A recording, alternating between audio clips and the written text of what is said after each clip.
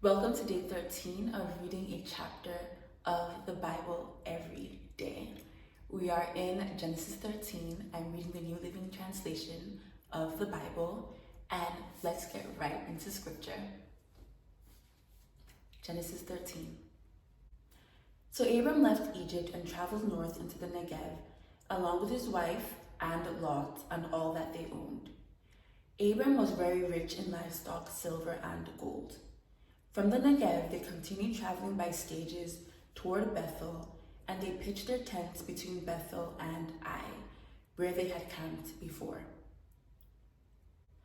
This was the same place where Abram had built the altar, and there he worshipped the Lord again.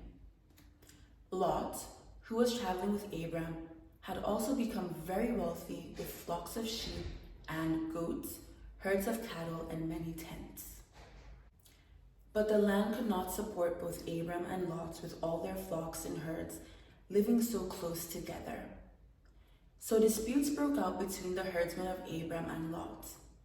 At that time, Canaanites and Perizzites were also living in the land.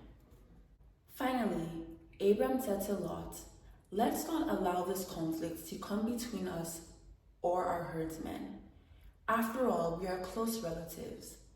The whole countryside is open to you. Take your choice of any section of the land you want, and we will separate. If you want the land to the left, then I'll take the land on the right. If you prefer the land on the right, then I'll go to the left."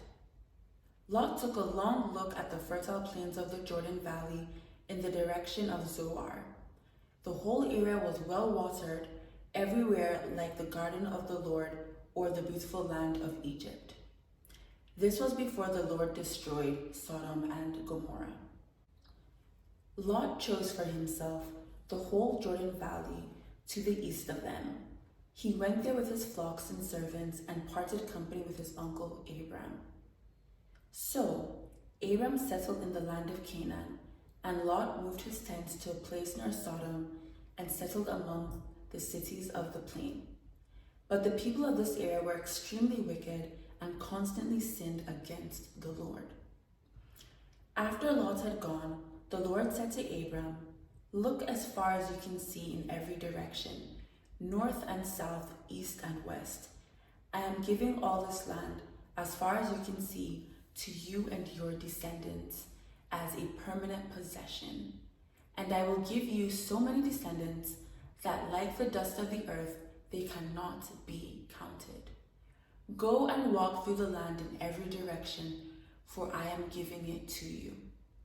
So Abram moved his camp to Hebron and settled near the oak grove belonging to Mamre. There he built another altar to the Lord.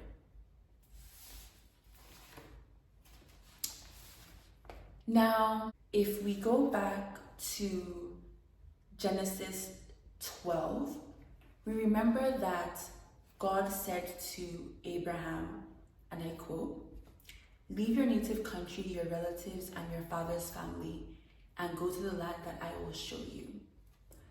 And indeed, Abraham did leave his father's family and his relatives, but there was one person that did follow him, and that was Lot, his nephew. And now we can see that there is some kind of conflict in chapter 13 between Lot and Abram. So Abraham, because he's older and he's wiser, he's like, "You know what, let's not fight, we are close relatives. You go your way, I go my way." This conversation shouldn't have actually even happened, because Lot was never really supposed to go with Abraham, but he did. There were probably some attachments that Abraham had to Lot and vice versa. But remembering God's initial command or instruction is very important, and we begin to see the reason of importance in chapter 13. And as we continue reading, we will also see why it is also still so important. So I will see you again tomorrow for chapter 14, day 14's reading of the Bible. All right, thank you. Bye.